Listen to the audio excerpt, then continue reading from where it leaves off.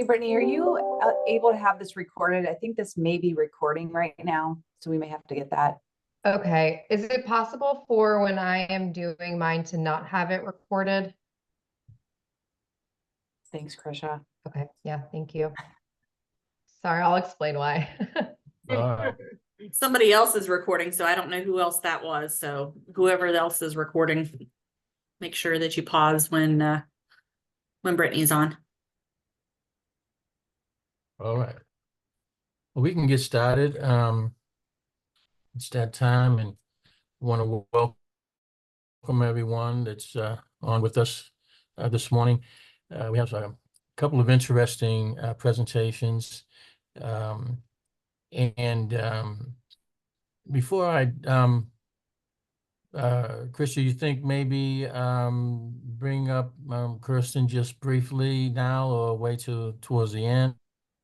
Yeah, I'll bring her up now. She actually it just texted me that she's had an emergency walk-in. So Okay. I have been working with Kirsten, and she has Torque Tattoo LLC in Charleston on D Street, and they do tattoo reversal. And not only that, but she also does scar removal and scar therapy, and anything, veins or anything like that. So her goal Yeah. is, yes, she does do the cosmetic thing, the eyebrows and all those things, but her bigger mission is to remove any triggers. So she works to help with clients. She works with Jobs and Hope to get referrals. She goes to Recovery Point. She goes to a whole lot of the different houses and things. So she can help with track marks or scars, pick marks on the face, things like that to help eliminate some of those physical triggers, and just to help get people to not feel as if they are in the same place, to not be physically judged by their past. So Right. I spent about an hour on the phone with her yesterday and learned a lot. She is the only licensed provider in the state of West Virginia to provide this service. And she does, I said, you're in Charleston, how do you, and she does have some mobile capabilities. So she's been working with a client in Bluefield that has some face tattoos, I think. And so is doing some pretty amazing things. But she just said, she just texted, she had a client walk in and they have had a bad experience. And if she does, it's within like this 48-hour mark of it being permanent. So she's going to take care of that first. But she does not charge for children's services. So she said, yesterday she said she went to go get her hair cut, and there was a girl there that had a giant scar on her leg. And the mom said that she wraps it up all the time after having a cyst removed. And the girl is so self-conscious about this. She's like, I won't charge her, bring the kid in. So any kind of self-harm scars or things like that, she will work with them to try and get that removed. So and like I said, she works with Jobs and Hope, so they're hopefully able to help pay for some of those things. So Right. but if you're willing, Pastor Sylvia, that she would like to present in October here, and then Terry, if you want her at some point for yours, we can get that arranged. Wonderful. Okay. All right. Yeah, I think October here is free. Okay. And Bonnie, I think your colleague Yeah. Monica is scheduled for next month. Okay. We're interested in hearing from both of you, as well as Randy. I thought maybe Randy can start us off. I remember, Randy, you were with us in March, and you also presented last year, because the app that more than one, I guess, that just amazing. I think, and I think everyone else agreed. And I think you had mentioned in March that there was a launching of a companion app, and I guess probably it was in the infancy stage at that point. Yeah, absolutely, 100% correct. Right. So why don't we do this? We'll and I don't think I'm waiting to hear also back from, we've been getting a lot of I think activity with the last presenter that we had last month, with the housing, a lot of transitional housing. And I know that they're getting some attention, and hoping that, we did make a referral, and there may have been more than one, but there was, I know, one referral. And so I'm hoping that that's going through. And and I think what we'll do is have Randy start us off. If do you need to share your screen, or either one of you need to share your screen? Yes, please. We will as well. I think actually Brittany Waller, and there's another Brittany Emai, she's just labeled Brittany on here, will as well. So Okay. All right, Randy, I'm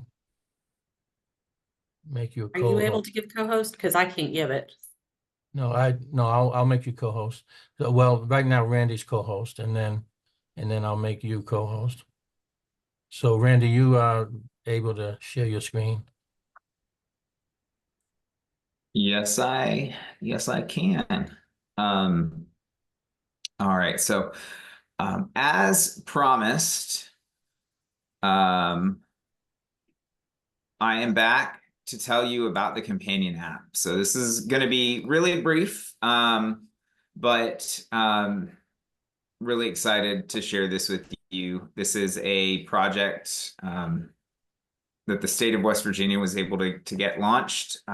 This is, a baby of your West Virginia University Health Affairs, your Office of Drug Control Policy. So we have just launched, we're live with the companion app.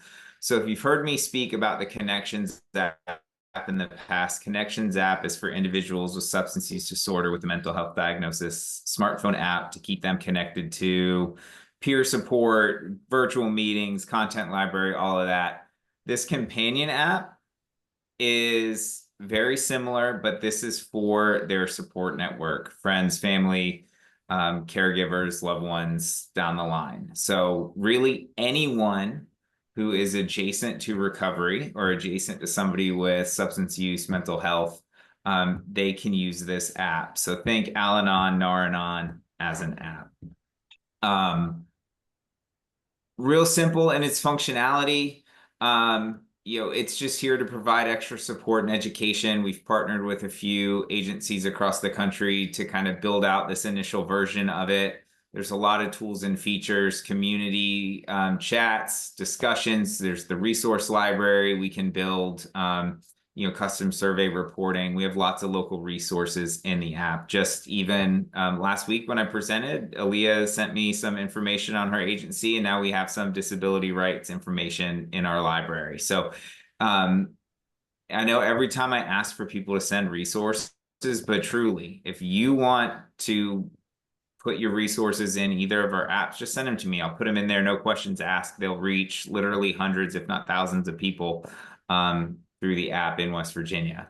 So, really big part of the app is our community. So online discussion forum for individuals who have relationships with folks with substance use. I wanted to point out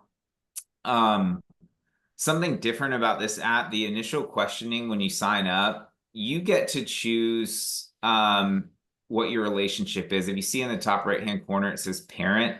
So you'll identify yourself as a parent, a spouse, a sibling, a child of an individual with substance use, mental health.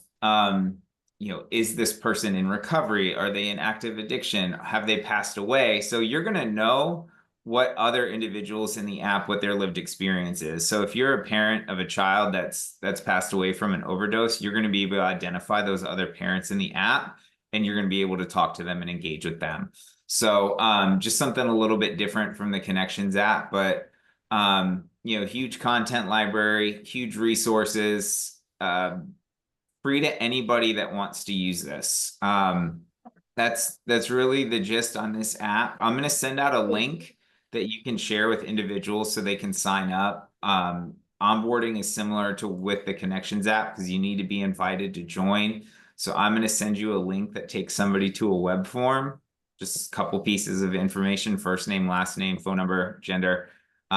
they'll receive a couple text messages on their phone as an invitation to download the app. It'll give them a temporary password. And don't worry, I'm going to send this out to y'all so you have it. And then they can sign in and use the app, and that's it. It's really that simple. This is a completely free support tool for friends, family, community members, so they can get extra support education when it comes to substance use and mental health. And that's it. I told you it was going to be brief. So anybody have any questions about the app, about any of the tools, features, functions, purpose? I mean, All right. what's the, I'm still trying, I guess, gain the understanding of the distinction between the connection and the Sure. companion. So Connections app, that's directly for individuals with substance use disorder, people in recovery, people thinking about getting in recovery. The app is generally offered by a provider to them to use in between their appointments to, if they have a crisis, they can talk to our peers. If they don't have a crisis, they can still talk to our peers. The companion app is going to be for mom and dad that don't understand what's happening with their child. It's going to be for the husband or wife that wants to learn more about alcoholism so they can be a better spouse too. It's for the everybody in that support system, in that network. So who initiates being able to use that? And is it, are you, is there any privacy issues involved in? So it's a HIPAA compliant platform. Everything that happens inside the app will be anonymous. The individual will choose an alias, and they don't have to identify themselves by their name if they don't choose to. Our platforms are all HIPAA compliant, encrypted. We have a data security accreditation, so we really go above and beyond to protect individuals, from any kind of data breach or anything like that. In terms of who can share it, anybody can share it with anybody. Anybody can get on this app. It's completely free inside the state of West Virginia. So if you've got people that live next door that their child is in recovery, if you work with somebody every day, we don't have our marketing materials yet, but I'll send flyers. If you just want to hang up a flyer on a bulletin board, 24/7 support for family members, we can do that. So it's really wide open. The state's been very generous with allowing people to use this tool. So, I mean, if I, for example, have a relative and, and I know that person's in recovery, I gain access to the companion app, and my relative doesn't necessarily know that I have this companion app. How am I going to, unless that person really knows, and how will that person know that I am there to support? Or, I mean, well, so that's going to be, how you communicate and interact with them off the app. Maybe you get frustrated with them really easy, and you've lashed out a couple times, you argue with them. Well, you go on the app, you have some conversations with other uncles in the app that have a nephew with substance use disorder, and you learn more about the disease of addiction and what's controllable, what's not controllable, and you take that with you to the next family dinner, and you're able to be a little bit kinder to them. okay, right? so That's how they're gonna know. It's Okay, not so that- necessarily like, right. look what I'm doing, right? Okay, so it's a way of educating those that are trying to be supportive, Right, and right. providing them with some basic understandings to make people more sympathetic, more knowledgeable. And that's it. Okay. Yeah, or you know what? I have a nephew that's, I think he's drinking too much. Are there any good programs in my area that you know about? Absolutely. We've got this facility in Charleston, I think would be really helpful for them. You might want to go to this hospital first to get them looked out, so things like that. Okay. I get now. I think I understand better now. Awesome. Does anyone else have any questions, thoughts? All right. Excellent. Thank you for letting me to contribute today. Well, Randy, I have, I'm sorry. I have one question. So Mhm. the companion app is where you'll connect with your person that's in treatment or an addiction or whatever. And No, so you wouldn't interact with that person in the app. You would interact with other family members, right? From other families that have your shared experience. okay, I got it. Okay, I understand. Thank you. You're welcome. And don't necessarily know each other. Is that correct, Randy? Correct. Completely anonymous unless you want to share. So it's kind of like coach, it's like people who really don't understand, and they're all in the same boat. They all have different issues with their family, with whoever their friends or families, and they're trying to learn from one another and that sort of thing. Yes, absolutely. And is there like experts there that, because it's one thing for people who are struggling with, people they love, and they have questions, but there is somebody there that can possibly help them, answer their questions. Right. So we do have our peers that are in both of our apps all the time. We've partnered with Aaron Treatment Centers. They are a larger treatment center based out of Pennsylvania. And their team has contributed a lot of resources to the app. So we have a lot of evidence-based materials in the app that can cover that. And then, there's always the message feature. If you can't find an answer to what you're looking for, you can always message us directly and we can get that for you.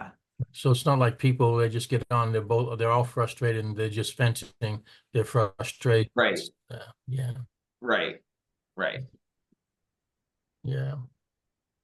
All right. Any other questions? Well, thank you, Randy. And I've said this before, this is, I think, the third time, and last year you presented initially, I think it was last year, it might have been longer than that, but yeah, I think it's an amazing tool, the use of the technology to be able to have that support in between meetings, because that, all that time in between each weekly sessions that they, just so much happens. And it's just amazing how the technology is being used. But I appreciate your presentation on the companion app. All right, well, let me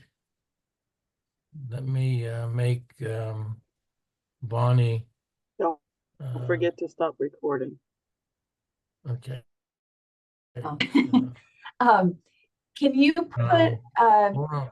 Reverend, can you put, actually, we'll do Brittany Emai. She's just labeled as Brittany. Can we? Also mentioned, I asked to not repeat that information was proprietary and confidential. So now you are good to record again.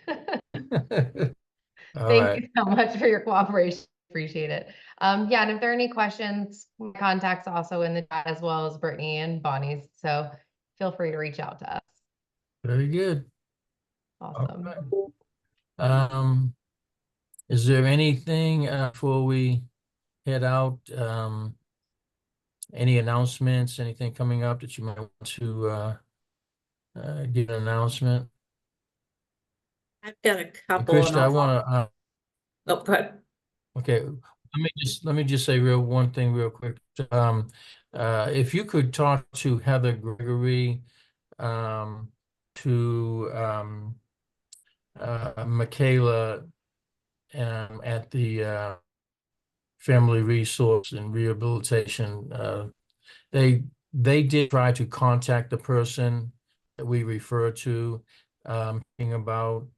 I ran into them well, and I called her as well, and it was going straight to voicemail. So um, there was a intake form that was sent to her via email. So maybe Heather can contact her and talk to her and help her out.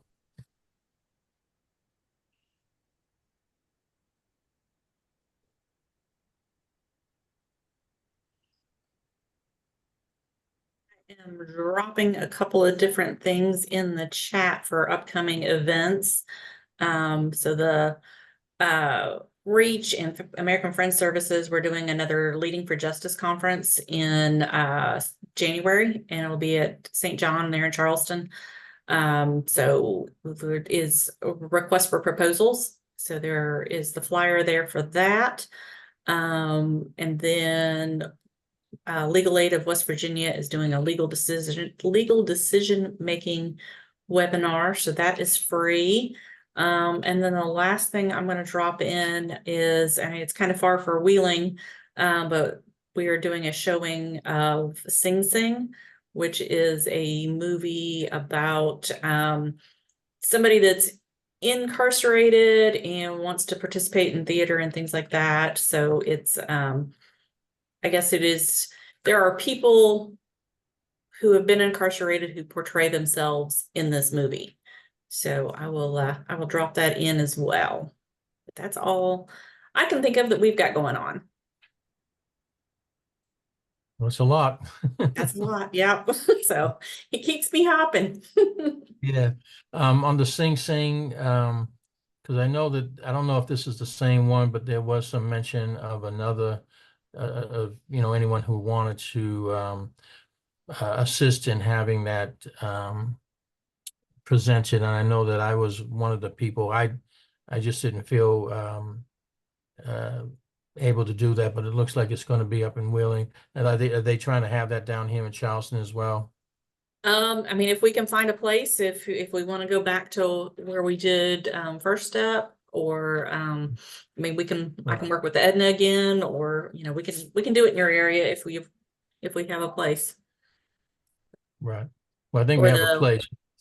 yeah. Okay. Or what was that? There was that theater we did the road show thing too, the workforce road show. That's is downtown. I can't remember the name of that theater though. It was an older theater. Are you talking about the Capitol Theater in Charleston? Maybe. Well, we did Or the municipal that hasn't been open for a while, but it's older too. See, I feel like there was like maybe church services that were in that theater as well. She's talking about on Summers. That's on Summer Street. Yeah, it's over in there. I know, can't remember the name of it. There's an old theater on Summer Street. You're not talking about Park Avenue. That's the Capitol Theater. It's on Summer Street. They Okay. use it for church services. Yeah, it's right. I feel like, yeah, because Yeah. I knew I it think was around that's in the there. one. So Yeah, that's the one. okay. Okay. So Well, we I'll can work talk- with Edna to see if she's, if we want to bring it there or something. So Yeah, we can talk about that. Okay. yeah. Any other announcements? Anything before we head out? Well, Bonnie, again, and I guess next month when Monica will be on, she'll be doing a somewhat different perspective, I guess, on some other things, I guess. Yes, she has a product for opioid reversal. It's an opioid reversal agent called Opti. So she's going to talk through that. Wow. Mhm. All right. Well, we'll get the word out on that, and that's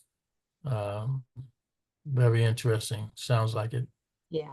All right. Well, I think we'll head out. I don't think I have any other announcements. So thank you again, and we'll be here next month, the second Wednesday of September, which I believe is the 11th. We're very familiar with that date. So you all have a great day, and we'll see you again. Mark, are you still there by chance?